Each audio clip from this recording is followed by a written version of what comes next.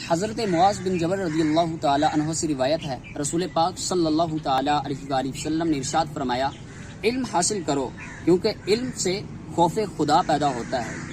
علم تلاش کرنا عبادت ہے، علم کی تکرار کرنا تسبیح اور علم کی جستجو کرنا جہاد ہے، اور علم کو اہل پر خرچ کرنا یہ نیکی ہے، کیونکہ علم حلال اور حرام کی پہچان کا ذریعہ ہے۔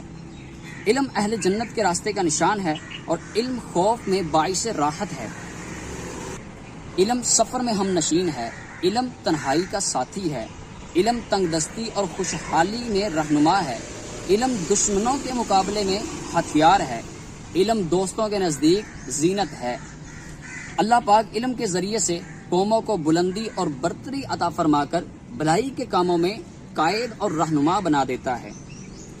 علماء کے لیے کائنات کی ہر خشک اور تر، سمندر کی مچھلیاں، جاندار، خشکی کے درندے اور چھپائے استغفار کرتے ہیں۔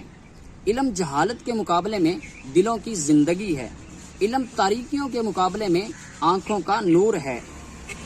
علم میں غور و فکر کرنا یہ روزوں کے برابر ہے، علم کو سیکھنا اور سکھانا نماز کے برابر ہے۔